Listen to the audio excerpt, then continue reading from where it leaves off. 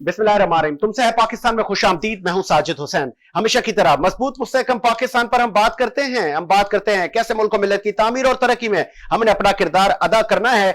आज हम दो स्टोरियां अपने शो में शामिल करेंगे। सबसे पहले हम बात करेंगे सानिया है पेशावर की कि आज जुमे के इज्तिमा में नमाजियों पर दहशतगर्द हमला हुआ और खुदकुश हमला हुआ। उससे पहले फायरिंग भी हुई जिसमें 30 से ज्यादा नमाजी शहीद हुए और सैकड़ों जख्मी हैं, अलील हैं, जो कि लेडी रेडिंग हॉस्पिटल पेशावर में एडमिट हैं। ये हमेशा आपने देखा कि दहशतगर्दी के ताने बाने वो भारत से मिलते हैं और रॉ ने मुख्तलिफ अदवार में यहां पर पाकिस्तान में दहशतगर्दी की फिजा को परवान चढ़ाया है। इसमें भी हम बात करेंगे कि तमाम मकातिब फिक्र अमन की बात करते हैं और हम में भाईचारगी की अभी भी फिजा कायम है और ये जो इस तरह के अजायम हैं वो हमें मफलूज नहीं कर सकते।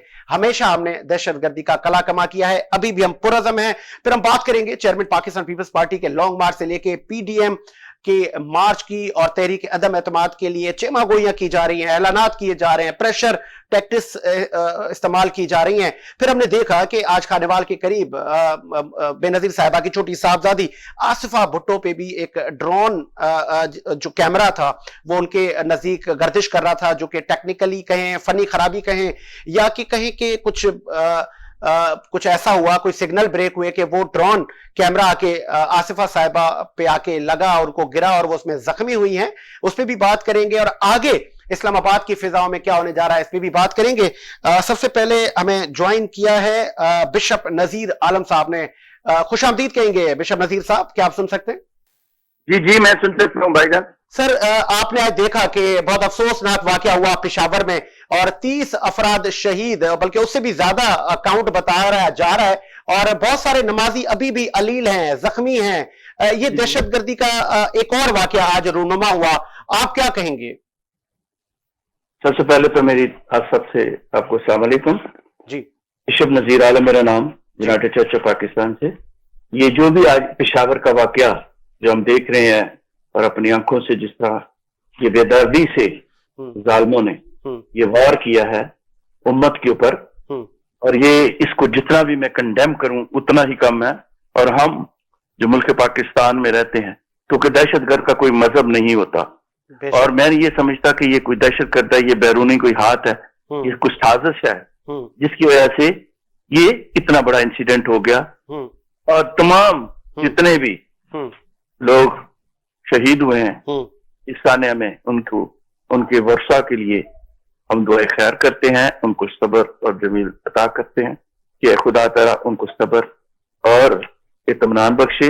और अल्लाह ताला इन जो दहशतगर्द हैं इनको इस तरह जिस तरह के इन्होंने बेदर्दी थे हमारे लोगों को शहीद किया और अपने अज़ाइम में ये कामयाब हो रहे हैं, हमारे इरादे मजबूत हैं, इस तरह हमें ये नहीं डरा सकते, धमका सकते। मैं पुरजोर इसकी मजम्मत करता हूँ मुल्क पाकिस्तान की तमाम मसीही बरादरी की अक़लियत की वजह से की तरफ से। अच्छा बिशप नजीर साहब, इससे पहले हमने देखा कि माइनॉरिटीज के चर्चेस पर भी खुदकुश हमले हुए, दहशतगर्दी, बहुत सारी इस तरह के वाकयात हुए हैं। आप लोगों ने इसको कंडेम किया।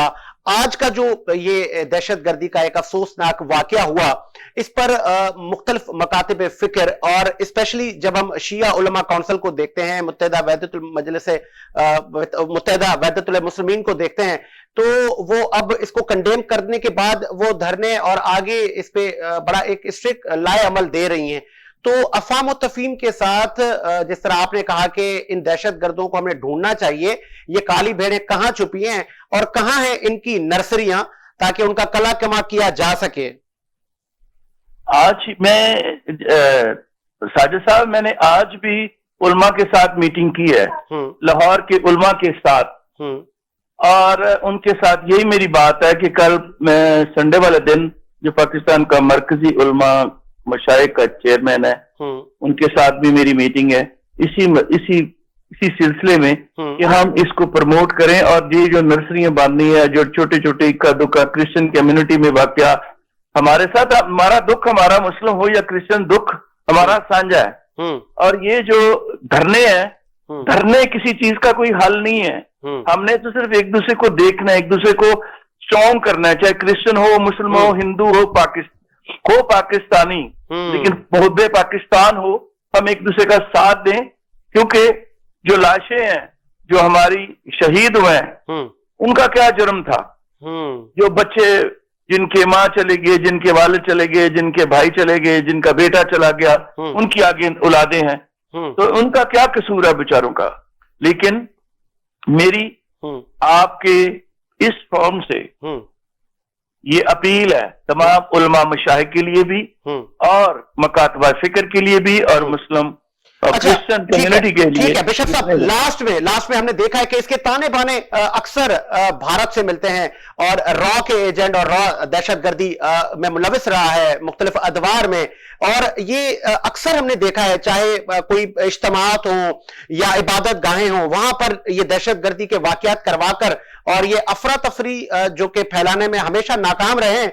क्या मैसेज देंगे इन रॉ के एजेंटों को और इन दहशतगर्दों को? पहले भी अर्ज कर चुका हूं, चंद जो अनासर हैं, जो बैरूनी कुव्वत हैं, जो हमारे पड़ोसी हैं, और इन्होंने पहले भी बहुत हथकंडे आजमाए हैं और हमें डराने धमकाने की, उस्काने की, मुसलमान क्रिश्चियंस को, हिंदू को, सबको आपस में लड़ाने के लिए जो हम पाकिस्तानी मुहब्बे वतन है, इनके लिए मैं पहले भी कह चुका हूं, अभी फिर कहता हूं, मैं पुरजोर अपील करता हूं कि ये ठीक है, कोई हमारे घर का नहीं है, बाहर क्या है, हमारे मुल्क को पीसफुली नहीं रहने देते। ये कड़ी जाके देखे कहां से कहां मिलती है, और यू नो बेटर।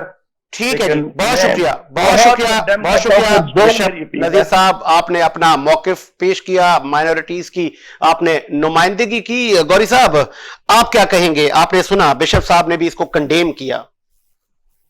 लाजमी है, इस पाकिस्तान जो है तमाम मुसलमानों समेत तमाम अकलती जो बिरादरी रहती है, कौमें रहती है, उन सब का पाकिस्तान है। और वही ईसाई हो, हिंदू हो या सिख हो, जो पाकिस्तान में रहने वाला है, उसको भी वही तकलीफ, वही दुख पहुंचा है जो इस इतना बड़े के सानिये से है। और पूरी कौम, चाहे वो मुसलमान हो, चाहे वो किसी भी मजहब से ताल्लुक रखता हो, वो इस गम में बराबर शरीक है। और इस पे हुकूमत पाकिस्तान को चाहिए, और खास तौर पे खैबर पख्तूनख्वा के जो गैर मुल्की कुव्वतें हैं इस वाक़ये में मुलविस हैं, उन तक पहुंचा जाए और कोशिश की जाए कि आइंदा ऐसे वाकयात ना हो। अच्छा गौरी साहब, जब इज्तिमात होते हैं इबादतों के, चाहे जैसे जुम्मे का इज्तिमा अभी होने ही जा रही थी नमाज, 1:05 से 10 मिनट पे ये दहशतगर्दी हुई है, तो सिक्योरिटी का अमला भी अक्सर होता है और फिर मस्जिद की इंतजामिया, तो ये आपको नहीं लगता कि पहले ही इनको पकड़ लेते या उन्होंने आते ही फायरिंग कर दी? नहीं, साजिदा मसला ये आता है कि मौजूदा जो गवर्नमेंट्स है उसकी में हम ये देखते हैं कि अगर पिछली गवर्नमेंटों के मुकाबले में इस तरह के वाकयात बहुत कम हुए मुल्क भर में।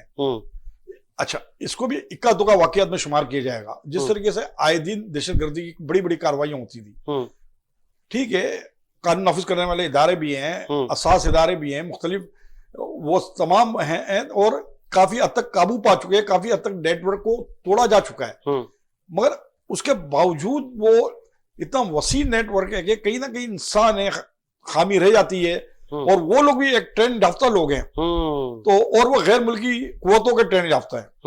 तो और हमारे पड़ोस में जो है, यहाँ पर मैं ये समझता हूँ अफगानिस्तान है, तो मैं ये समझता हूँ कि अगर रहा ने या भारत ने उन अफगानिस्तान के जो लोगों को, जो पाकिस्तान दुश्मन है, मैं समझता हूँ उन कुव्वतों को इस्तेमाल किया, उनकी शक्ल सूरत भी वहां के खैबर पख्तूनख्वा के लोगों की, पख्तून और अफगान के लोग, और एक ही चीज है। और फोन कॉल पे हमें sorry for interrupt, phone call पे हमें काजी समी भी ज्वाइन करेंगे इस्लामाबाद से, और हमारी कोशिश है कि दीगर मकातबे फिक्र को भी हम अपने शो में शामिल करें। गौरी साहब, आपने देखा कि जो सीसीटीवी फुटेज में नौजवान लड़के हैं, और माजी में भी हमने देखा कि ये नौजवानों को वर्गलाया जाता है, उनकी ब्रेन वॉश किए जाते हैं, उनको मिसगाइड किया जाता है, तो ये कब खत्म होगा? रद्दुल फसाद भी हमने देखा कि उसकी कामयाबियां मिली, हमने बहुत सारे देखिए कामयाबी है, कानून नाफिज करने वाले इदारों ने काफी हद तक इस मुल्क में कंट्रोल, इस दहशतगर्दी के हवाले से मुकाबला किया है, जाने भी दी है।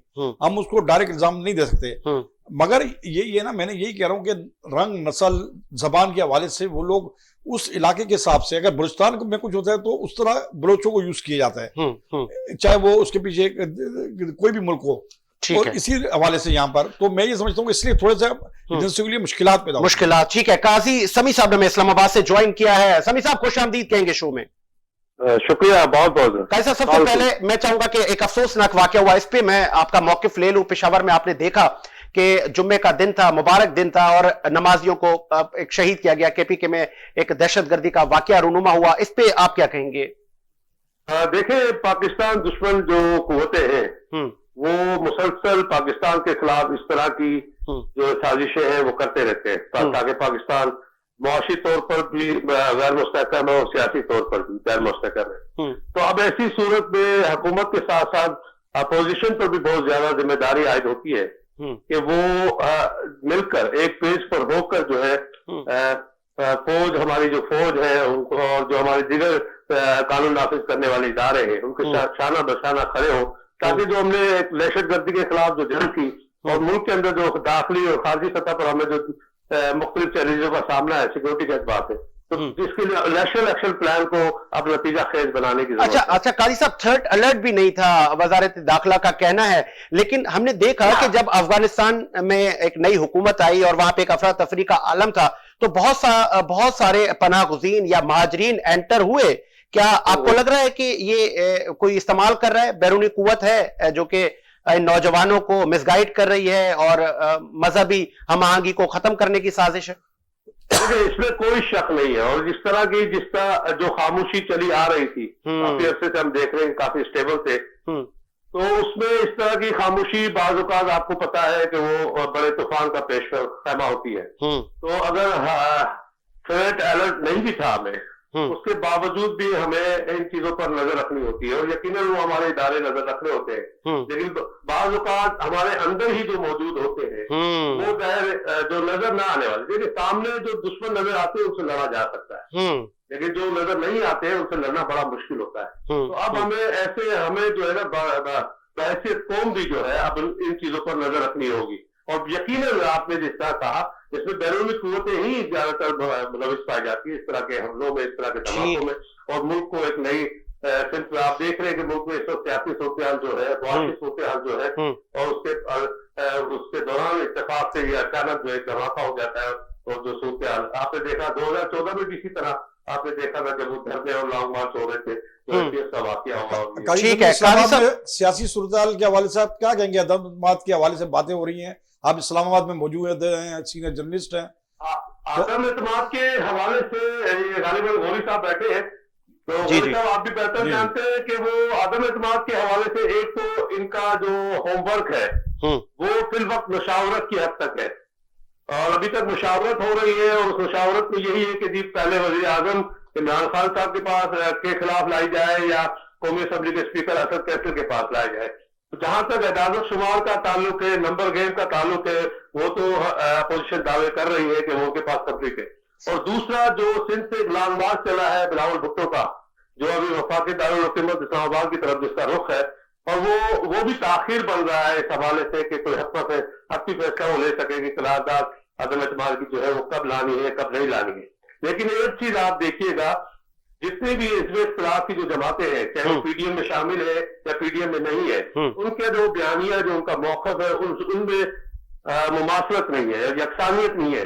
यानी कोई पार्टी कुछ और कह रही, कुछ और कह रही, यानी कि ये एक जैसा बयानिया सामने नजर नहीं आ रहा। तो इसमें भी कुछ वो है। तो फिर काजी साहब, मौलाना साहब की स्टेटमेंट और फिर बिलावल साहब की ललकार, तो ये सिर्फ क्या प्रेशर टैक्टिक्स हैं? कोई इनके पास कोई अभी तक आप कह रहे हैं कि अभी तक एक पेज पर है ही नहीं?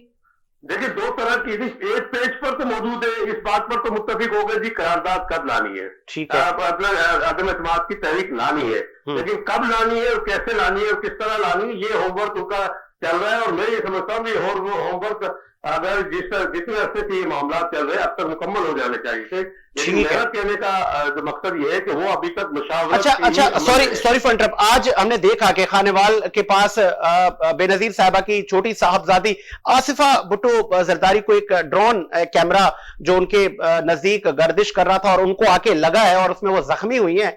तो ये टेक्निकल प्रॉब्लम था या कि सिक्योरिटी की या ये जो टेक्निकल टीम है उसकी नाकामी है? ये टेक्निकल जायद है, उनकी जो टीम है जलसे में शामिल है और ये हादसाती तौर पे हुआ है। और आपने देखा कि मोहतरमा आसिफा भुट्टो साहिबा ने भी पर वक्त उसको देख लिया था और उन्होंने पूरी बचने की कोशिश की और वो बहुत हद तक उसमें बच भी गई है और उनको शायद थोड़ी सी खराशें वगैरह हुई आई है, लेकिन ये कि वो पर वक्त उन्होंने अपने आप को बचा लिया था। लेकिन ये इन्हीं की जो टेक्निकल टीम होती है पार्टियों की, उनको ठीक है। तो पंजाब हुकूमत ने या वफाकी हुकूमत ने सिक्योरिटी प्रोवाइड की है? देखिए, सिक्योरिटी तो काफिले जो भी लॉन्ग मार्च आ रहा होता है उसमें दी जाती है, लेकिन किस हद तक दी गई है वो फुल प्रूफ है या नहीं वो देखी जाती है। अब वो आपकी इंफॉर्मेशन, आपकी काजी साहब इंफॉर्मेशन क्या है? वो ये है कि सिक्योरिटी सो है, यानी कि बस होने के अच्छे इंतजामात नहीं है। बहुत शुक्रिया काजी समी साहब, आपने इस्लामाबाद से में ज्वाइन किया। अब गौरी साहब, इस्लामाबाद में इन्होंने कहा कि पंजाब हुकूमत ने सिक्योरिटी का कोई एक अच्छा सा जवाब नहीं आया। क्या वाकई सिक्योरिटी है ही नहीं बिलावल साहब को? नहीं, मसला ये है कि सिक्योरिटी तो लाजमी तौर पर होगी पाकिस्तान पीपल्स पार्टी के, एक बहुत बड़ी पार्टी की। नहीं, पंजाब हुकूमत नहीं, पंजाब हुकूमत तो कहीं पर भी हो लाजमी है, वो उनको प्रोटोकॉल और सिक्योरिटी तो फर्ज है गवर्नमेंट का। पंजाब गवर्नमेंट, फेडरल गवर्नमेंट, दीगर इदारे जो सिक्योरिटी फराहम करते हैं और उनसे बाकायदा तौर पे बातचीत भी होती होगी, मीटिंग्स भी जारी होंगी, ऐसी कोई ये बात नहीं है। मगर यहाँ सिक्योरिटी जो फॉल्ट है वो हादसा, जैसा काजी साहब ने भी कहा कि हादसा था, यानी कि ड्रोन चल रहा था, लग गया या जो भी था उसके पीछे आमिल, उसके ऊपर भी लाजमी तहकीकात होगी, तमाम चीजें, इसको भी सीरियस लेना चाहिए। मगर यहाँ पे सिक्योरिटी फॉल्ट इस हवाले से जो नजर आता है, इसी तरीके से हम देखते हैं कि शीन रहमान खड़ी थी कंटेनर पे, तो वो पुल से टकराने वाली थी तो उसको बचा दिया गया, तो उसकी भी दो, अल्लाह माफ करे, जान जा सकती थी, दो टुकड़ों में तकसीम हो सकती थी, यानी कि जो फुटेज हमने देखी है तो हर एक की जान कीमती है। और देखें, इसमें फॉल्ट बिलावल जरदारी साहब को ये चाहिए और पाकिस्तान ये हाई कमान को, जरदारी साहब समेत, कि इसमें जो सिक्योरिटी रिस्क है वो पाकिस्तान पीपल्स पार्टी की जो सिक्योरिटी बनाई गई है कंटेनर में, उनकी सिक्योरिटी है, कंटेनर बनाने वाले वो लोग हैं। और इसमें जिस चले आपने जिक्र किया पीपल्स पार्टी को, शमीम मुमताज साहिबा पाकिस्तान पीपल्स पार्टी की एमपी हैं, इसको थोड़ा सा कंटिन्यू करता हूँ, शमीम मुमताज साहिबा को लाइन पर लेने दें। यानी कि ये जो है जिस तरीके से ड्रोन, यहाँ पर बेड प्रूफ शीशा होता तो कोई कबात नहीं थी, मगर वो क्यों नहीं लगाया गया? बेड प्रूफ शीशे सामने लगाना चाहिए। फिर जिस तरीके से वो ऊपर खड़े होकर, कंटेनर नीचे वालों से तो महफूज है, मगर जिस तरीके से ऊंचाई पर है, उसकी इर्द की जो बिल्डिंग आएंगी, दिगर शहर आएंगे, उसका वो भी टारगेट में आ सकता है। देखिए, पाकिस्तान पीपल्स पार्टी के साथ हमेशा से बदकिस्मती रही है कि जो भी जब उसकी क़यादत रोडों पे आती है, बड़े जलसे जुलूस होते हैं, तो सैकड़ों की तादाद में इस तरह के वाकयात होते हैं, शहीद होते हैं कारकुनान, जख्मी होते हैं कारकुनान। ये और अब ये जो है, चाहे कुदरती है गैर कुदरती है, इसका फॉल्ट जो है वो पाकिस्तान पीपल्स पार्टी की जो सिक्योरिटी है। इसी तरीके से आप देखेंगे ना, बिलावल भुट्टो चेयरमैन स्पीच कर रहे हैं, ठीक है, तो प्राइम मिनिस्टर इमरान खान साहब की घबराना की आवाज आती है और बिलावल साहब खुद घबरा जाते हैं और सीएम असर होते नीचे। चले शमीम मुमताज साहिबा से पूछ लेते हैं, मेंबर सूबा असेंबली। बहुत शुक्रिया मोहतरमा, आपने टाइम दिया, खुशामदीद कहेंगे शो में। थैंक यू मोहतरमा, स्टार्ट करेंगे आज एक अफसोसनाक वाकया, कहेंगे कि बेनजीर साहिबा की छोटी साहबजादी पे एक टेक्निकल फॉल्ट था कि उनको ड्रोन आके उनके चेहरे पे लग रहा था, उन्होंने बहुत बचने की भी कोशिश की। ये हादसा है या कि टेक्निकल टीम की नाअहली, या ये जो डिसिप्लिन है आपके इस मार्च का, उसके लिए आपकी तैयारी नहीं थी? नहीं, देखें, पहले तो शुक्रिया आपका, लेकिन दूसरी बात जहां तक आपने कही, ये एक हादसा है और ये हादसा भी हो सकता है और हादसा नहीं भी हो सकता। पंजाब की सरजमीन, हम कोई सिम कार्ड नहीं खेल रहे, लेकिन पंजाब की सरजमीन पीपल्स पार्टी वालों के लिए हमेशा से मुश्किलात। नहीं, मतलब ये आप गलत बात कह रही है कि ये तो बात सुने आप, मोहतरमा साहिबा, आप ये देखें, ये तो नहीं, तकसीम, मोहतरमा साहिबा, आप तकसीम की बात कर रही है, सिंध और पंजाब की, ये मुल्क को तकसीम की बात करनी है, ऐसा नहीं है कि वो पंजाब में देखिए, दाखिल हुआ है। ये फॉल्ट आप लोगों का है कि आप असम में पाकिस्तान पीपल्स पार्टी की सोसाइटी ने शीशा क्यों नहीं लगाया आगे? मेरी बात मुकम्मिल होने नहीं, दीजिए। ये जी देखिए, जी मुकम्मल करने दें। जी जी जी बोलिएगा। नहीं, अगर ये इस तरह बोलेंगे भाई तो मैं फिर वापस लौट जाऊंगी, क्योंकि जब ये अपने वक्त पे बोल लिया, हम खामोशी से जी सारी जी बातें प्लीज सुन रहे प्लीज होते हैं। आप कंटिन्यू करें। हमने दोनों बातें कही हैं कि चेयरमैन साहब ने कहा है कि यह हादसा भी हो सकता है और ये साजिश भी हो सकती है। तो दोनों बातें हम कह रहे हैं। जहां तक हमारी टीम की बात है तो इसमें हमारी टीम का कोई फॉल्ट नहीं है। सारे मीडिया आजाद है, हमने तो हमेशा मीडिया की आजादी की बात की है। अगर हमें कदगन लगानी होती तो मीडिया पर तो बहुत पहले हम लगा चुके होते। हम तो मीडिया की आजादी की बात। अच्छा, वो शीशा भी तो लग सकता था, बुलेट प्रूफ बीबी जी, बुलेट प्रूफ शीशा लग सकता था कंटेनर में। पहले ही पाकिस्तान पीपल्स पार्टी की कायदीन शहीद हो चुके हैं, तो आप लोगों ने एहतियात क्यों नहीं किया? नहीं, ये शीशे से ऊपर जाके लगाए। अगर बुलेट प्रूफ शीशा होता तो ये रुक जाता, लेकिन ये तो शीशा, जहां तक शीशा लगा हुआ है, ये तो ऊपर जाकर लगा है उसपे। तो ये टेक्निकल फॉल्ट भी हो सकता है। हमने मना भी किया है कि जब हमारी चीजें हो रही हो तो ड्रोन ना चलाए जाएं, लेकिन चले कोई नहीं, इसकी तहकीकात भी हो जाएगी। जिसने चलाया है टेक्निकल बंदे ने, जिस भी निजी चैनल का था, वो चैनल का नाम भी सबके सामने आ गया है, मैं नहीं लूंगी नाम। सबसे बड़ी बात तो आप ये देखें कि इतने बड़े बड़े जलसे हो रहे हैं, क्या मीडिया कवरेज दे रहा है? क्या मीडिया दिखा रहा है कि लोग कितने मौजूद थे? जहाँ पे 4 लोग नहीं है वहां पे कंटेनर पे लोग खड़े होकर बात करते हैं, कैमरा कंटेनर से नहीं हटता। बीबी, आपको हमने अपने शो में लिया ही आपकी नुमाइंदगी के लिए है कि आप बता सकें कि कैसे जा रहा है आपका कारवां। देखिए, हजारों की तादाद तो गाड़ियों की है और गाड़ियों में लाखों की तादाद में लोग मौजूद हैं, जो कि हम कराची से हमने स्टार्ट लिया है। और रहीम यार खां तक आपने देखा, जो कल तक सूरत हाल थी कि हम मुल्तान के लिए आज सुबह हम मुल्तान के लिए निकले हैं। तो जो आपने सूरत हाल देखी है, क्या मीडिया ने वो कवरेज दिखाई? चले कराची को छोड़ दें, फिर हम चले सजावल, फिर हम गए ठट्टा, फिर हम गए बदीन और मातली, और फिर वहां से होते हुए हम हाला मटियारी। आज हम वहां दाखिल हुए पंजाब में जाकर, हमारे लोगों ने जिस तरह वहां पर जो रोडों पे लोग खड़े थे, गाड़ियों को तो छोड़ दें आप, जो रोडों पे लोग खड़े हुए थे, गाड़ी निकलने का रास्ता नहीं था, वो अपने महबूब लीडर की एक झलक देखने के लिए फूलों की पत्तियां जिस तरह उन्होंने लीडर पे तो की, जो की हम जो पीछे छोटे कारकुन जियाले और जियालियां थी, हमारी गाड़ियां फूलों से भरी हुई थी। तो आप ये सोचें कि पाकिस्तान के अवाम ने दिल खोल के वेलकम किया है मेरे चेयरमैन को, उसकी वजह है। ठीक है। अच्छा मोहतरमा शमीम मुमताज साहिबा, ये चेमागोइयां हैं, हमारे जराए बता रहे कि पंजाब में एंटर होने के बाद आपका जो ये कारवां है वो आहिस्ता आहिस्ता स्लो हो गया है। आप किसी ग्रीन सिग्नल का वेट कर रहे हैं? ऐसा कुछ नहीं है। आपने देखा जैसे हमने रहीम यार खां में कदम रखा, हैडल लगानी शुरू कर दी गई, कंटेनर खड़े करने शुरू कर दिए गए, हमारे कारकुनों पर लाठीचार्ज हुआ। और ये मैं सिर्फ आपको ऐसे नहीं बता रही कि मैं घर बैठी हूं, मैं उस जगह मौजूद ऑन द स्पॉट की आपको बात बता रही हूँ।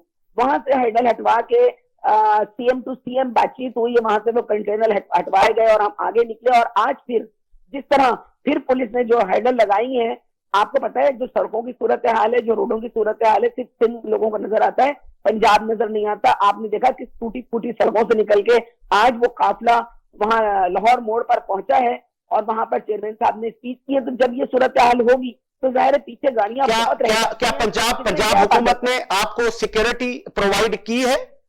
नहीं, मुझे कोई ऐसा खास नजर नहीं आया। मैंने खुद अपने जो टीम है मेरी, मैंने खुद उनको बार बार तवज्जो दिलाई कि कोई पुलिस का सिपाही वहां, जहां ऑन स्पॉट चेयरमैन साहब खिताब करते हैं वहां तो लोग मौजूद होते हैं, लेकिन पूरा रास्ता जहां से रैलियां गुजर रही है, कोई पब्लिक ट्रांसपोर्ट जिसको जो आजकल गन्ने का कटाई का जमाना चल रहा था और गाड़ियां निकली हुई हैं, जिस तरह जॉग दर जॉग गाड़ियां रोडों पर छोड़ी गई हैं, आप थोड़ी देर के लिए उनको साइड में लगा के रैली को गुजार देते, रैली गुजर जाती। लेकिन क्योंकि फ्लॉप दिखाना था मौजूदा गवर्नमेंट ने, फेडरल गवर्नमेंट ने फ्लॉप है, तो उन्होंने वो खला पैदा। ठीक है, ये लास्ट में ये बताइएगा दीदी, दो क्वेश्चन है लास्ट में बताइएगा। एक तो तहरीक अदब एतमाद के लिए काउंट आपके पास पूरा है, और असद कैसर साहब के लिए आप ला रहे हैं, वजीर आजम साहब के लिए आप ला रहे हैं, और इस्लामाबाद में कितने दिन स्टे करेंगे और कब पहुंचेंगे? ये हम पहुंच रहे हैं इंशाल्लाह 8 तारीख को हम पहुंच जाएंगे इस्लामाबाद। और कितने दिन बैठना है ये फैसला पार्टी करेगी, पार्टी का चेयरमैन करेगा।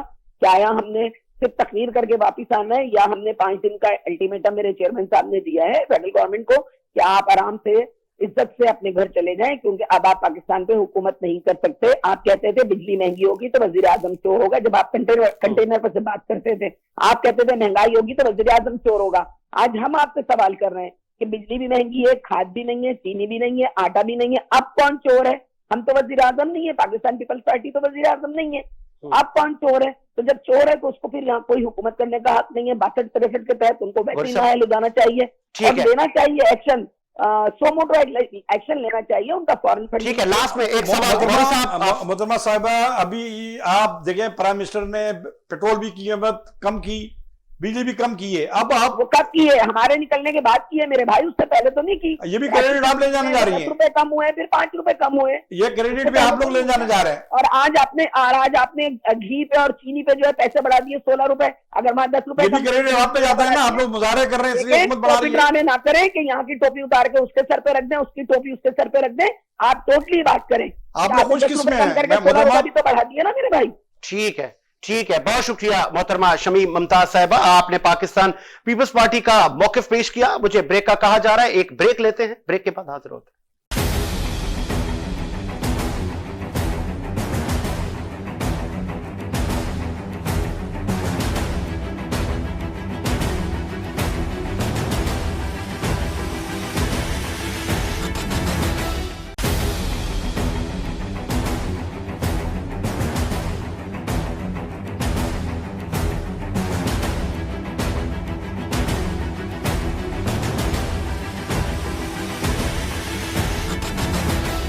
ब्रेक के बाद खुश आमदीद कहेंगे।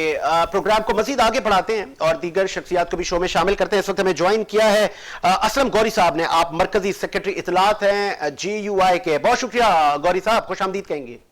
गौरी साहब, सबसे पहले का अफसोसनाक खबर पे मैं चाहूंगा कि आप अपना मौकिफ दें। आज आपने देखा कि पेशावर में एक नाखुशगवार वाकया हुआ, दहशतगर्दी का वाकया हुआ नमाजियों पर, कैसे देखते हैं इसको?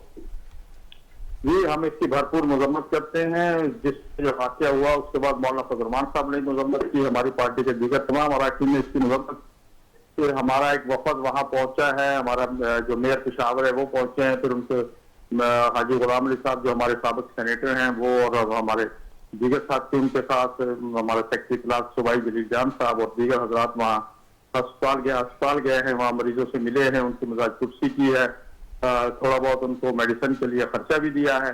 तो हम तो इसकी भरपूर मजम्मत करते हैं। ये पाकिस्तान के हालात को दिन ब दिन किस तरफ ले जाया जा रहा है, और ये जिम्मेदारी, मैं फिर इसमें सियासी बात तो नहीं करना चाहता, लेकिन अफसोस का मुकाम है जिनकी जिम्मेदारी है वो जिम्मेदारी पूरी नहीं कर रहे। अच्छा गौरी साहब, मैं पॉलिटिक्स पे भी आप आऊंगा। इत्तेहाद बैनुल मुस्लिमीन की हम बात करते हैं तो उस इत्तेहाद के फरोग के लिए आपने कहा कि हम गए हैं और हमारे जो सीनियर अकाबरीन हैं उन्होंने इसकी मजम्मत भी की है। इस तरह के वाकयात ना हो उसके लिए उलमा और मशाइख की क्या स्ट्रेटजी है, आगे क्या प्लान हैं? देखिए, हमने जब मुतहदा मजलिस अमल बनाई थी, आपको याद होगा पूरे मुल्क में इतना बुरे हालात थे कि ना कोई मस्जिद में तरावी पढ़ सकता था, ना कोई शिया हज़रात असरी जुलूस नहीं जा सकते थे, ना वो मस्जिद में अपने इमाम बड़े में बैठ के मजलिस कर सकते थे। उन हालात में मुतहदा मजलिस अमल बनी और देखा आपने सुकून और अमन हुआ। अब भी हम लोग जितने भी हैं आपस में गाहे बगाहे रास्ते में रहते हैं, एक दूसरे के साथ तावन करते हैं, और कुछ अनासर हैं जो अनासर को, ये इसमें ना अवाम बराह रास्त है, ना कोई जमात है, ना कोई मसलक है, इसमें कुछ अनासर हैं। उन अनासर को कंट्रोल करना, लाइन आर्ट फोर्सेस जो है उनका जिम्मेदारी है। अच्छा, मदारिस वफाकी हुकूमत कह रही थी कि मदारिस में भी रिफॉर्म लाएंगे, उनकी चेक एंड बैलेंस होगी, हर चीज हम अप टू डेट करेंगे, क्या वो हुए? नहीं, ये सारा नजरा मदारस पे क्यों आता है? मुतहदा मजलिस अमल का सदर मौलाना फजलरहमान होता है या जनरल सेक्रेटरी होता है, और वो इत्तेहाद बैनुल मुस्लिमीन की बात करता है, शिया हज़रात के इमाम बाड़ों में जाता है, और जब हम उसकी मजम्मत कर रहे हैं तो फिर मदारस का पड़ा हुआ था अब्दुल गफूर हैदरी भी है, फजलरहमान भी है। मदारस का इसमें कसूर नहीं है, ये घुमा के मदारस को उसमें इन्वॉल्व करने की कोशिश की जाती है। किसी शिया आलम को ले लो, उसने मदरसे पे कभी इल्जाम नहीं लगाया, किसी सुन्नी आलम को ले लो, उसने कभी शिया के मदरसे पे इल्जाम नहीं लगाया।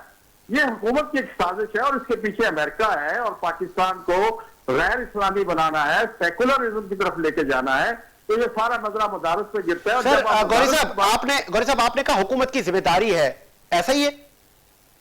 हुकूमत की जिम्मेदारी है तो इस्लामी जमहूरिया पाकिस्तान में ही वो हुकूमत है ना सर?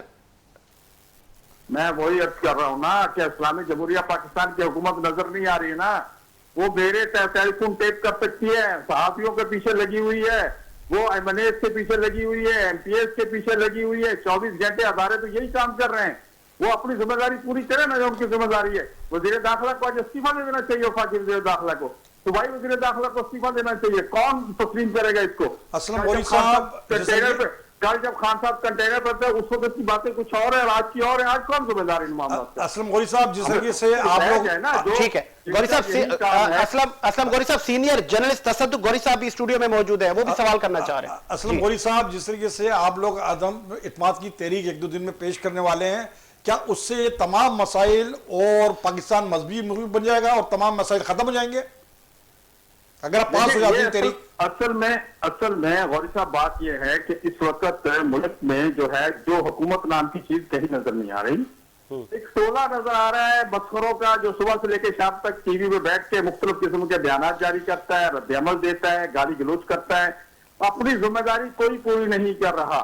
आप कहीं भी देख लें, आप वजीर आजम साहब ने जो आपको बताया कि नंबर 5 पे फलां वजारत आई है, नंबर 2 पे फलां आई है, नंबर 3 पे फलां आई है, वजीर दाखिला को पूछा उसने कि तुम्हारी वजारत क्यों नहीं सीनियरिटी पे आई? मगर आप ये बताएं कि मुतमईन है सर, आप मुतमईन है कि अदम की तहरीक पेश करके कामयाब हो जाएंगे? हम मुतमईन नहीं, हम समझ रहे जा चुका है। अच्छा, हम बिल्कुल मुतमईन है, हमारे पास फिगर पूरे हैं और अल्हम्दुलिल्लाह हम समझते हैं, और फिगर भी पीटीआई के लोग हैं, पीटीआई के लोग ही आगे आ रहे हैं, हमसे ज्यादा वो आजिज हैं इस हुकूमत से। यानी आप लोग हार्स ट्रेनिंग करा रहे हैं? हमें बिल्कुल यकीन दहानी है, उन लोगों ने कराई है और इंशाअल्लाह हार्स ट्रेनिंग हुई ना सर? जी जी, ये हॉर्स ट्रेडिंग है, आपने खरीदे हैं एमएनए? आज तक हमने कभी खरीदे? हमारे पास पैसे हैं खरीदने वाले? भाई लोग आजिज हैं, लोग आजिज है, खरीदो फरोख्त का दौर चला गया यार। लोग एक साल के लिए कौन खरीदता है किसी को? लोग आजिज हैं, उनके एमएनए को आज तक फंड नहीं मिले, एमपीएच को नहीं मिले, वो अपने हलकों में जाके किसी को शक्ल दिखा नहीं सकते। वो कम से कम इन चीजों से अपनी जान बचाने के लिए आखिर में आके को सच बात। आपका उम्मीदवार कौन है? वजीर आजम और स्पीकर का उम्मीदवार कौन है आपका, आप लोगों का, तमाम का? ये बात की बात है, ये जब ये कैसे बात की सर? बात है पहले तो ये डिसाइड होना चाहिए ना कि आप लोग तो खुद मुत्तफिक नहीं है। आप लोग अभी तक नुमाइंदा तो लेकर आए ना कि प्राइम मिनिस्टर होगा या स्पीकर होगा। तैयारी आपकी कितनी है सर जेयूआई की? जेयूआई की नहीं, तमाम अपोजिशन को लीड कर रहे हैं। देखें गौरी साहब, जब वो सारी अपोजिशन होगी, सारी अपोजिशन जो है, ये हम सब फैसले कर रहे हैं। हर पत्ता आज टाइम आने पे शो किया जाता है, वक्त बिफोर टाइम नहीं शो करते। सब कुछ तय हो चुका है, सारे मामला तय हो चुके हैं, आप बेफिक्र रहिए। आपको कहीं भी किसी भी जगह पे अपोजिशन की जमातों के दरमियान में गैर संजीदगी नजर नहीं आएगी इंशाल्लाह। तो अब लास्ट में ये बताइएगा, क्रिकेट मैच भी जारी है, ऑस्ट्रेलिया की टीम 24 साल बाद आई है पाकिस्तान में, फिर कई मुल्कों से वज़राए खारजा की कॉन्फ्रेंस होने जा रही है, तो आपको हुकूमत तंबी कर रही है कि आप इसको मौखिर कर दें, और वो बड़े पुरुमीद भी हैं कि आप मौखिर कर देंगे इन तमाम मामलात को, आप धरने और बाहर से परहेज करेंगे, आप तहरीक अदम के लिए वो आपको मना नहीं कर रहे, आप ले आए। लेकिन ये जो एहतजाजी सियासत है, इससे तो हुकूमतें नहीं जाती गौरी साहब, बल्कि मुल्क अदम इस्तेकाम की तरफ जाता है।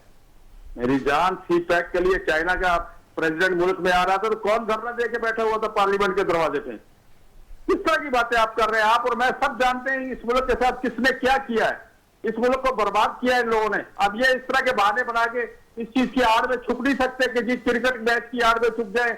वजारत खारजा तो आपकी नाकाम तरीन खारजा पॉलिसी है ना आपकी। वो क्या इकट्ठा कर रहे हैं, लोगों को तमाशा बना रहे हैं, अपनी जान बचाने के लिए इनकी आड़ में छुपने की कोशिश कर रहे हैं। ऐसा नहीं होगा, ये हुकूमत रहेगी नहीं उस वक्त तक कि वजीर खारजा जब आएंगे तो इंशाल्लाह वजीर आजम कोई और होगा, ये वजीर आजम नहीं होगा आपके सामने। ठीक है जी, बहुत शुक्रिया असलम गौरी साहब, आपने जेयूआई का मौक़िफ़ पेश किया। तसद्दुक गौरी साहब, बड़े पुरुमीद हैं पीटीएम के लोग और अपोजिशन की जमातें, बिलावल साहब भी ललकार रहे हैं और टाइम दे रहे हैं, डेडलाइन दे रहे हैं कि आप चले जाएं, ऐसा माजी में हुआ है? सबसे पहले तो सवाल ये पैदा होता है ना कि जब आप किसी टीम का कैप्टन तो मुंतखब करें ना, नामजद तो करें कैप्टन के, ये प्राइम मिनिस्टर है, ये स्पीकर है, जो लोग उसके ऊपर मुतमईन होकर इत्मीनान करके उसको अदम इत्मीनान पेश करें। पहले तो ये इत्तेफाक ही नहीं है, नंबर 1 तो ये सूरत है। और नंबर 2 तक सूरत है, ये पीपल्स पार्टी का ये देखा आसफा के ऊपर जो हुआ, जो भी है, हादसा था या ना, मैं फिर उस बात पे आ रहा हूँ, था या नहीं था।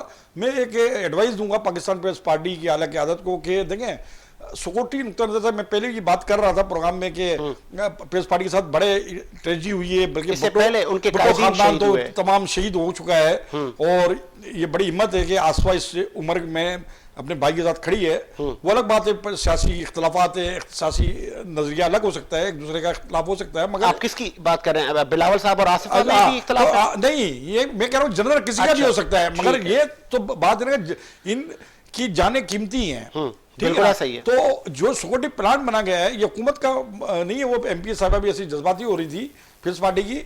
इसमें मेरी तो एडवाइस है कि अब इनको 2 अलग अलग कंटेनर में मूव कर देना चाहिए। हादसा अलग जगह चली जाए कंटेनर में और बिलावल साहब अलग हो। ये एक फौज का भी रूल है कि 2 जनरल एक साथ सफर नहीं करते। एक साजिश होती है तो सारे जनरल्स को बिठा दिया जाता है और मार दिया जाता है, मगर दुनिया भर का रूल्स है। तो सेफ्टी पॉइंट ऑफ व्यू के साथ ये कानून में इनको चाहिए कि अभी इनके पास काफी दिन है, आगे जैसे जैसे बढ़ते जाएंगे। वो तो जज्बाती एमपीए थी जो बोल रही है कि पंजाब में घुस के ये कर रहे हैं, ये नफरत की बातें हैं, ना नफरत की बातें करनी चाहिए। ये लीडर सिंध के भी हैं तो पंजाब के भी हैं, बड़ी पार्टी को लीड कर रहे हैं। बिल्कुल। तो ये जो सबसे ज्यादा इसमें मैं कसूरवार पाकिस्तान पीपल्स पार्टी के जिम्मेदारान को और जो सिक्योरिटी प्लान लेकर चल रहे हैं उनको करा दूंगा।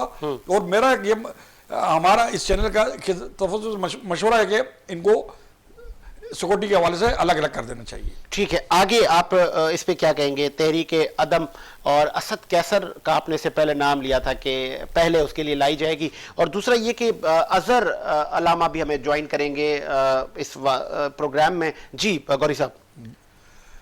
देखिए, जिस तरीके से भी असलम गौरी साहब ने कहा, जमीयत उलमा इस्लाम के वो बड़े जिम्मेदारान हैं और मौलाना साहब के करीब है, तमाम चीज़ें करीब से देख रहे हैं। मगर कल मैं टीवी में देख रहा था, मौलाना साहब की मुलाकात कर रहे थे, उसके बाद मुलाकात के बाद उनकी बॉडी लैंग्वेज बड़ी मायूसकुन थी। तो अगर ऐसा कुछ होता नजर आता तो ये धरने और रैलियां नहीं चलती। अब पाकिस्तान अगर धरने में चेयरमैन पीपल्स पार्टी धरने में मौजूद होंगे, वो खुद भी एमएनए, उनके फादर भी जरदारी साहब भी एमएनए, और तमाम एमएनएस को कवर करके किस तरीके से वो असेंबली में हाजिरी यकीनी बनाएंगे। ठीक है, इस वक्त हमें ज्वाइन किया है अलामा अजहर हुसैन ने। आपका ताल्लुक जमीयत उलमा इमामिया से है। बहुत शुक्रिया अलामा साहब, खुशामदीद कहेंगे। वालेकुम सलाम, शुक्रिया जनाब। सर, नाखुशगवार वाकया आज पेशावर में पेश आया और पूरी कौम इस पे अफसोस कर रही है और इस वाकये की मजम्मत कर रही है, कंडेम कर रही है। आप इस वाकये को कैसे देख रहे हैं और क्या आपने फिर से कोई एहतजाज और या कोई धरने का ऐलान किया? जी जी जी, हम बहुत गमगीन हैं और बड़ा अफसोसनाक वाकया है। हम इसकी पुरजोर मजम्मत भी करते हैं और हम एहतजाज भी कर रहे हैं। और दरअसल ये कोई फिरकावारियत नहीं है, ये एक साजिश है पाकिस्तान के खिलाफ बहुत बड़ी, और ताकि मुसलमानों को आपस में लड़ाया जाए और किसी तरीके से हुकूमतों को। आज सॉरी फॉर इंटरप्ट, आज शिया उलमा काउंसिल ने प्रेस कॉन्फ्रेंस की, क्या लाएअमल दिया? लाएअमल तो मुझे अभी उनका मालूम नहीं हुआ, मैं वहां जा नहीं सका हूँ। अभी मैं आपके वहां से आया था तो उन्होंने मुझे पाबंद किया था। मेरा सिर्फ इस वक्त एक पैगाम मैं ये देना चाहता हूँ कि इस वक्त देखे जमात इस्लामी ने और जमीयत उलमा इस्लाम ने, मौलाना फजल रहमान वगैरह ने, सब ने इसकी भरपूर मजम्मत भी की है और शोक का भी ऐलान किया है। लेकिन ये जो जितनी पाकिस्तान पीपल्स पार्टी है और मुस्लिम लीग नून है और जो ये पीटीआई वाले जो जुलूस निकाले हुए हैं, इनको चाहिए कि ये इसी वक्त अपने धरनों को एहतजाज की शक्ल में कौमी सानिया पे बदल दें और इत्तेहाद की बात करें। इस वक्त बहुत बड़ी साजिश है, जितने कौमी लीडर हैं इनकी बड़ी जिम्मेदारी। अच्छा अलामा साहब, इससे पहले माजी में हमने देखा कि मुख्तलिफ मजहबी तंजीमों में मिलिटेंट विंग हुआ करते थे, क्या ये सही है, होने चाहिए? बिल्कुल नहीं होने चाहिए। तो अब इसमें काम हो रहा है? जी, इसमें हो रहा है, बिल्कुल नहीं होने चाहिए। और किसी भी मतलब में अगर ये ऐसा कोई विंग है तो हम उसकी मजम्मत करते हैं कि इस्लाम तो अमन और शांति का मजहब है और इसमें तो ये विंग होनी ही नहीं चाहिए। सब कलमा गो जो है उनको इत्तेहाद की जरूरत है। इस वक्त हमें कोई इख्तिलाफ नहीं है। ठीक है, और हमें दुश्मन जो है वो लड़ाना चाहता है। ठीक है जी, बहुत शुक्रिया, बहुत शुक्रिया अलामा साहब, बहुत शुक्रिया, आपने अपना मौक़िफ़ पेश किया। अब हमें पीटीआई से भी लोग ज्वाइन करेंगे।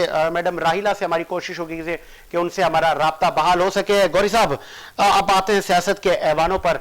लास्ट में मुझे ये बताएं, इससे पहले मैडम हमें राहिला ज्वाइन करें, आपको लग रहा है कि जिस तरह आपने बोला कि कोई मुत्तफिक नहीं है, तो फिर कल आप कह रहे थे कि असद कैसर के लिए लाई जाएगी और मुमकिन है कामयाब भी हो जाए। नहीं, ये बात मैं मुमकिन वाला लफ्ज़ था ना, तो लाज़िम मैंने कहा कि ये भी मैंने कहा, जैसा भी JUI के दोस्त ने कहा कि PTI के MNS उनके पास आए हैं, उनसे मिल रहे हैं, ये भी बात है जो मैंने कही, उन्होंने रिपीट किया। मैंने कहा एहतियाती अपनी जगह पे भी खड़े हैं फिलहाल, और ये अपने ही PTI के लोग आप PTI के जो लोग प्राइम मिनिस्टर से नाराज है, इसमें प्राइम मिनिस्टर का भी और उनकी आला क़यादत का भी कसूर है। जहांगीर तरीन साहब भी पहुंच रहे हैं, आज जहांगीर तरीन साहब भी पहुंच रहे हैं, तो अक्सरियत उनकी है जो इनको एतमाद का वोट लाने में मदद देगी, ठीक है। अब वही बात आती है कि मेन चीज है कि अभी तक ये एक एजेंडे पे नजर नहीं आ रहा ना, एक तो कंटेनर पे चढ़े हुए हैं और एक इस्लामाबाद में बैठे हुए हैं। चलें, मोहतरमा राहिला टिवाना ने हमें ज्वाइन किया है, फॉर्मर डिप्टी स्पीकर रही हैं आप। मोहतरमा खुश आमदीद कहेंगे शो में। जी बहुत शुक्रिया। बीबी बताइएगा, चूंकि आप पाकिस्तान की पॉलिटिक्स से अच्छी तरह वाकिफ हैं, हुकूमत भी आपकी है, आप डिप्टी स्पीकर भी रही हैं, इस वक्त इस्लामाबाद में मौजूद हैं।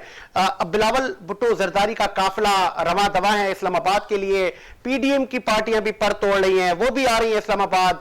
फिर ये अब इम्पोर्टेंट इस वक्त हो गया है पिंडी, वहां पे क्रिकेट मैच भी चल रहा है, 24 साल बाद ऑस्ट्रेलियन टीम आई है, फिर वहां पे वज़रा ख़ारजा कॉन्फ्रेंस भी है। तो आप इनको रोकेंगे या कि फिर आप इनको धरना देने देंगे, और क्या उनको यकीन दहानी उन्होंने करवाई है आपको कि वो आएंगे और वहां वापस चल नहीं जाएंगे और वो मुस्तकिल बैठ जाएंगे आके इस्लामाबाद में? Very funny. ऑपोजिशन आप किसको कहेंगे? ऑपोजिशन का मतलब होता है कि मुल्क और कौम के अवाम के वो मसाइल जिनके ऊपर थोड़ी बहुत कोई अगर हुकूमत से नजरअंदाज हो गई है तो उसको फोकस करें और उसको सॉर्ट आउट करने में हुकूमत की मदद दें। ये एक ऑपोजिशन का रोल है जो पूरी दुनिया के अंदर है। मगर पाकिस्तान की ऑपोजिशन मुझे समझ में नहीं आ रही। नहीं बीबी, सॉरी फॉर इंटरप्ट, आपने कहा वेरी फनी, लेकिन ये जब मार्च और धरने और अदम एतमाद की बात हुई तो आपको ख्याल आया कि पेट्रोल प्राइसेस कम कर दें, तो पहले भी तो कर सकते थे आप। असल में आपके एक सवाल के अंदर कई सवालात हो जाते हैं तो बंदे को समझ में नहीं आता कि वो कौन से वाले का पहले जवाब दे। मैं समझती हूँ कि ये इनका फेलियर एक है, ये मुसलसल इमरान खान साहब के पीछे लगे हुए हैं। कोई फॉल्ट बताए ना, कोई फॉल्ट बताए, उनका कोई जुर्म बताए। आज तक अवाम इनसे पूछ रही है, आप ही मीडिया वाले बता रहे हैं ना कि सिंध जो है वो इस वक्त कहरो गजब की नजर हो चुका है। वहां पे किसी की जान माल, इज्जत आबरू, रिस्क रोजी, कोई ईमान, कोई चीज महफूज नहीं है। इसी तरह से ये अपने अपने इलाकों में जवाब दें। इनके MPs को क्या ये सारा कुछ करने के लिए पाकिस्तान को दिखाई दे रहा है? ये जो पार्लियामेंट में कानून साजी करने के लिए आ रहे हैं, इनको नहीं पता कि इस वक्त पाकिस्तान किन क्राइसिस से गुजर रहा है। इन वर्ल्ड पूरी दुनिया किस क्राइसिस से गुजर रही है, इनको किसी बात का होश नहीं है। सिर्फ तनख्वाहें उठाने के लिए ये लोग बैठे हुए हैं पाकिस्तान। अच्छा, सॉरी फॉर इंटरप्ट। बीबी राहिला, आप ने कहा कि इनसे भी कोई जवाब ले, ठीक है, हम इनसे तो जवाब इसी शो में ही ले रहे हैं, लेकिन PM साहब ने फिर क्यों कहा था कि मैं 1 साल के अंदर चेंज ले आऊंगा, मैं 3 माह के अंदर चेंज ले आऊंगा? ये भी तो फिर सियासी नारे थे ना इख्तिदार में आने के लिए। फिर हमने देखा कि पंजाब के जो डाकू थे, मुझे कंप्लीट करने, पंजाब के डाकुओं से आज फिर कहना कि आप जैसा मुखलिस कोई नहीं है, ये अकरबा परी और परवरी और ये फिर मुनाफिकत नहीं है? PM साहब तो तब्दीली लेकर आए थे। देखो, ये वही वाली बात होगी ना कि इतना जज्बात में आगे नहीं जाना चाहिए। जैसे अभी इंडिया के एक सहाफी को बहुत बुरी तरह से पूरी दुनिया में शर्मिंदगी उठानी पड़ी है कि वो बोलते चले गए और उनको मालूम ही नहीं था कि वो किससे क्या बात कर रहे हैं। इसी तरह से मैं समझती हूँ कि इस वक्त अपोजिशन को उनके पास अल्टरनेट क्या है? अगर इमरान खान साहब का ये अभी तक एक PM साहब कहते मेरा इक़्तिदार जाता है, जाए। बात सुन ले, नहीं इक़्तिदार की तो अगर इनको परवाह होती तो वो इस वक्त इन जैसे हो जाते, इनकी तरह हो जाते, इनके साथ कॉम्प्रोमाइज कर लेते, इनके दोस्त बन जाते और किसी चीज को ना टच करते, अवाम को वो जाने देते जिस तरफ जा रही है अवाम। आप मुझे बताएं कि सिर्फ मैं समझती हूँ कि 2 अहद अभी तक ऐसे गुजरे हैं, अभी हाल ही के माजी करीब के 2 ऐसे गुजरे, एक जनरल परवेज मुशर्रफ साहब का और एक इमरान खान साहब का, जो आपको बेसिक पॉलिसीज दे रहे हैं, जो पाकिस्तान को बेस पे उठाकर खड़ा कर रहे हैं, इन्होंने तो एक्सेस कर दिया, आपके खजाने खाली कर दिए, इनको आपका मुल्क जो है वो बिल्कुल दिवालिया कर दिया, इनको परवाह ही नहीं है इस बात की। तो बीबी पाकिस्तान के राहिला खजाने खाली है या नहीं है। मैडम राहिला साहबा सुन लीजिएगा, हमारी इतलात है, हमारे जराये का कहना है कि पीएम इमरान खान साहब एमक्यूएम के मरकज भी आने वाले हैं, तो ये आएंगे। वो एक डेमोक्रेटिक मैन है, वो एक लिबरल मैन है, उनका दिमाग आजाद है और वो छोटी छोटी रंजिशों को या छोटी छोटी चीजों को अना का मसला बनाकर नहीं बैठते। ताकि 5 साल आईनी मुद्दा पूरा कर सके। वर्ल्ड कप अगर जीता था तो इसी देश के ऊपर कि एक बड़ा अजीम किरदार था वो, और उस अजीम किरदार की वजह से उन्होंने अब मैदान मारा। आज भी दुनिया के अंदर इमरान खान का भी पॉलिटिकल फेमस नहीं है। ये मुझे बताएं, पाकिस्तान से बाहर निकल के इनकी हैसियत क्या है, इनको किस नाम से लोग जान रहे हैं, इनकी क्या हैसियत है, किस नाम से लोग इनको पहचान रहे हैं, क्या इनकी शनाख्त या पहचान स्टूडियो में मौजूद है। इस कौम को, गयूर कौम को, कि जिसके पास कुछ नहीं था और उन्होंने एटमी पावर बनाकर पूरी दुनिया के अंदर अपनी ताकत को मनवा दिया। हम तो वो वाली कौम है। ये किन लोगों की आप बात करते हैं, इन पे टाइम वेस्ट क्यों करते हैं? ठीक है, ये लाहौर जाएंगे, ये सिर्फ ब्लैकमेल कर रहे हैं। गौरी साहब आपसे सवाल करना चाह रहे हैं, माफ कर दे। जी गौरी साहब। राहिला साहबा, माजी की बातों को छोड़ें और अभी की हाल की बात ये बताएं कि अदम इत्माद की तहरीक वजीर आजम के खिलाफ पास होने जा रही है या नाकाम होने जा रही है। दूसरा, बिलावल जरदारी का काफिला पाकिस्तान पीपल्स पार्टी का पंजाब में दाखिल हो चुका है। आप भी इस वक्त पंजाब के शहर फैसलाबाद में मौजूद हैं, वहां पे क्या रद्द अमल है लोगों का? देखिए, यहाँ पर लोग बिल्कुल इनको पसंद नहीं कर रहे हैं, एक की जगह पे दो जवाब मांगते हैं। वो कहते हैं पहले तो ये अपने गिरेबानों में जाके कि इन्होंने सिंध के अंदर क्या किया, क्योंकि मीडिया लोग देख रहे हैं, मीडिया की खबरों को लोग देख रहे हैं। मैं यहाँ पर देख रही हूँ कि अजीब और गरीब किस्म की बगावत अवाम के अंदर आ चुकी है। वो ये देखते हैं कि उनको सेहत कार्ड भी मिल रहे हैं, घर बैठे हुए लोगों की 12-12 लाख रुपए से वो ऑपरेशन हो रहे हैं जिसका वो तस्वर भी नहीं कर सकते। मौत और जिंदगी के मामलों को देखते हुए लोग इस वक्त होपफुल है, स्पेशली यंग ब्लड और गर्ल्स बहुत ज्यादा होपफुल है फॉर इमरान खान। वो कहती है कि कम से कम दूसरे एजुकेशन के हिसाब से और हेल्थ के हिसाब से या सिक्योरिटी के हिसाब से Imran Khan is a good man. ये तो मैं यहाँ का सर्वे कर रही हूँ, न्यूट्रल कर रही हूँ, मुझे किसी की वो नहीं है, डर नहीं है किसी बात का। जहां तक आप कह रहे हैं इनको क्या इखलाकी तौर पर, सियासी तौर पर या एक समझदारी के हैसियत से क्या इस वक्त इनको ये काफिले लेकर बाहर निकलना चाहिए जिस वक्त पूरी दुनिया आलमी जंग की लपेट में आती चली जा रही है? इसका मकसद क्या हुआ? आप पाकिस्तान को कमजोर कर क्यों करना चाहते हैं? तो आप इनको अपने अपने इलाकों में इन्होंने किया क्या है? क्या कानून साजी कर पा रहे हैं ये लोग? रोजाना असेंबली के अंदर जा भी नहीं रहे, इनकी अटेंडेंस नहीं लग रही है। ये किस तरह से इस वक्त उसके अंदर निकल गए जलसे जुलूसों के अंदर, जबकि कौम और मुल्क को जरूरत है इस वक्त कोई भी हमारे पास। लास्ट में राहिला टेवाना साहब, लास्ट में बताइएगा कि पीडीएम और ऑपोजिशन की जमातें कह रही हैं कि वफाकी हुकूमत की इत्तेहादी जमातों के लोग हमारे साथ राब्ते में नहीं है, इनके अपने पार्लियामेंटेरियन हमारे साथ राब्ते में, और वेरी सुन हम वो शो करने जा रहे हैं। ये करें ना, कब से कह तो रहे हैं बेचारे, ये कुछ करके भी तो दिखाएं। ये फेलियर्स लोग हैं, फेलियर्स। ये इनके पास कुछ भी नहीं है।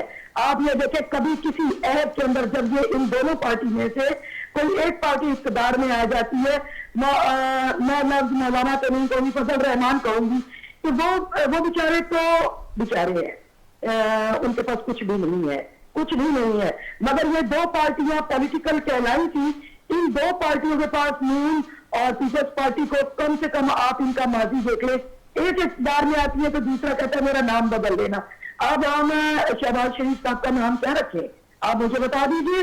दूसरा कुछ और बात करते हैं तो अवाम को, नई नस्ल को उसके सामने हम नहीं चाहते कि ये लोग शर्मिंदा हो। इनको शर्मिंदगी से अपने आप को बचाना चाहिए। नई नस्ल को ये क्या बता रहे हैं कि लास्ट हम झूठे हैं। में अभी भी प्रोग्राम का वक्त एंड पर है, लास्ट में ये बताइएगा कि जो नई नस्ल है, जिन नौजवानों ने आपको वोट दिया, वो ये न पूछेंगे कि वजीर आजम साहब के लिए जब धरने और लॉन्ग मार्च निकले, जब तहरीक अदम एतमाद आई, तो वजीर आजम इमरान खान साहब अपना इक्तदार, अपनी हुकूमत बचाने के लिए उन लोगों से मिलने गए और उनको, जिनको माजी में बुरा कहा, उनको अच्छा कहा और उनको गले लगाया। ये फिर तब्दीली तो नहीं है। पीएम साहब कहते हैं कि मैं उसी तब्दीली। आप ये चाहते हैं कि वो कबायली जंग लड़ेंगे 100-200 साल 3000 साल पुरानी तक चले? आपको डेमोक्रेसी के ऊपर भीड़ नहीं है क्या? मैंने आपसे कहा कि इज अ डेमोक्रेटिक मैन। वो एक खुले जहन का, खुले समंदरों जैसी जहनियत रखने वाला इंसान है। तो फिर जब मौलाना साहब और chairman Pakistan Peoples Party Bilawal Bhutto के साथ आपका फ्यूचर में इत्तेहाद हो सकता है, पॉलिटिक्स में बहुत कुछ पहले भी हुआ है, तो फिर भी आप कहेंगे दिस इज डेमोक्रेसी? देखिए जनाब, जो चीज कानून है, कानून को मत छेड़ो। कानून पे आपको भी समझ आनी चाहिए कि कानून से लड़ाई नहीं करनी है और कानून को हाथ में ना लिया जाए। और जहां तक बातचीत का मामला है, अगर आपस में कोई कहीं पे सुलह सफाई की कोई मामले तय हो जाते हैं तो फिर तो बहुत अच्छी बात है। तय होने का मतलब क्रिमिनल्स नहीं, कौम के मुजरिम नहीं। हाँ, अगर आप लोग कहीं सुलह सफाई से कोई स्ट्रेटेजी बनाते हैं, कोई लाए अमल बनाते हैं, तो वो तो एक अच्छी चीज है। ठीक है, बहुत शुक्रिया, बहुत शुक्रिया। मैं समझती हूँ इस वक्त इनको पाकिस्तान की खातिर, पाकिस्तान की सालमती की खातिर और पाकिस्तान की नई नस्लों की खातिर इस वक्त इन लोगों को चाहिए कि ये रियल पॉलिटिक्स करें, जो सच्ची सियासत है, ये ड्रामेबाजियां ना। ठीक है जी, बहुत शुक्रिया मोहतरमा राइला टिवाना साहबा, फॉर्मर डिप्टी स्पीकर हमारे साथ मौजूद थी। गौरी साहब, लास्ट में प्रोग्राम का वक्त एंड पर है, अब आप कोई आज प्रेडिक्ट करेंगे कि क्या होगा? आपके जराए भी स्ट्रांग हैं। हाँ, साची राइला साहबा तो बहुत जज्बाती थी। हाँ, वो भी स्टूडेंट लाइफ से कारकुन रही हैं, तो इस बार अगर वो जज्बात रहते हैं, और आप भी बड़े जज्बाती थे, आपने भी जज्बाती सवालत पूछे, तो एकदम से उनके ऊपर तवातोड़, तो लाजमी उनका जज्बात में आना अपनी जगह सही था। जी हाँ। और दूसरी ये कि मंजरनामा पाकिस्तान की सियासत का लम्हा ब लम्हा तब्दील होता जा रहा है और तब्दील होता जाएगा चंद दिनों के अंदर अंदर। और मुझे ऐसा महसूस हो रहा है कि अदमबाद की तहरीक पेश नहीं की जाएगी। मुझे महसूस ये हो रहा है। अच्छा, अगर देखिए, इसलिए मुझे महसूस हो रहा है कि पाकिस्तान पीपल्स पार्टी एक बड़ी पार्टी है, सेकंड नंबर पर है असेंबली में। उसके चेयरमैन, उसके सेनेटर, उसके एमएनए तमाम धरने में, ये रैली में, उसमें मौजूद हैं। तो उनकी तवज्जो तो अदमबाद की तरफ है नहीं। अब ये पाकिस्तान पीपल्स पार्टी की आला क़यादत की क्या पॉलिसी है, और वो एक पेज पे खड़े नहीं हो रहे। और तो इतनी बड़ा जो तहरीक अदमबाद लाना कोई मामूली बात नहीं है। हाँ, और क़यादत एक पार्टी की बाहर होना और किसी चीज़ पे मुत्तफिक नहीं होना। यानी कि आसिफ ज़रदारी साहब तो इस बात पर मुत्तफिक है कि वज़ीर आज़म मियाँ शहबाज शरीफ को नामजद किया जाए उम्मीदवार, और एज ए अपोजिशन लीडर जब अदमबाद की तहरीक नाकाम होती है, यानी कामयाब हो जाती है प्राइम मिनिस्टर के खिलाफ, तो प्रेसिडेंट या स्पीकर दावत देगा, कायदे अज़्ब इख्तिलाफ को दावत दी जाती है कि आप अपनी मेजॉरिटी शो करें और हुकूमत बनाएं। ठीक है, सबसे पहले नंबर पे। अब मियाँ नवाज शरीफ का जो कैंडिडेट है वो अयाज सादिक है, और अब्बासी साहब फिर शौकत खान अब्बासी साहब फिर वो प्राइम मिनिस्टर से नीचे ही नहीं सोच रहे। ठीक है, तो जब जो लोग प्राइम मिनिस्टर के उम्मीदवार नहीं होंगे तो वो भी अपने अंदर लॉबिंग्स, जो उनकी अपने लॉबिंग्स के एमएनए उनको भी नहीं कहेंगे। तो इससे पहले मैं कह चुका हूँ कि 90 के अंदर अदमबाद की तहरीक कामयाब होते होते मियाँ नवाज शरीफ ने खुद नाकाम बनाई, खुद बनाई। ठीक है, और मोहतरमा को एक वोट से बढ़तरी हासिल हुई। यहाँ तो कई वोटों का फर्क है। ठीक है, मुझे प्रोग्राम का प्रोड्यूसर साहब कह रहे हैं कि इख्तिताम हो चुका है। साजिद हुसैन को इजाजत दीजिए, मुलाकात होगी नए प्रोग्राम के साथ। अल्लाह हाफिज।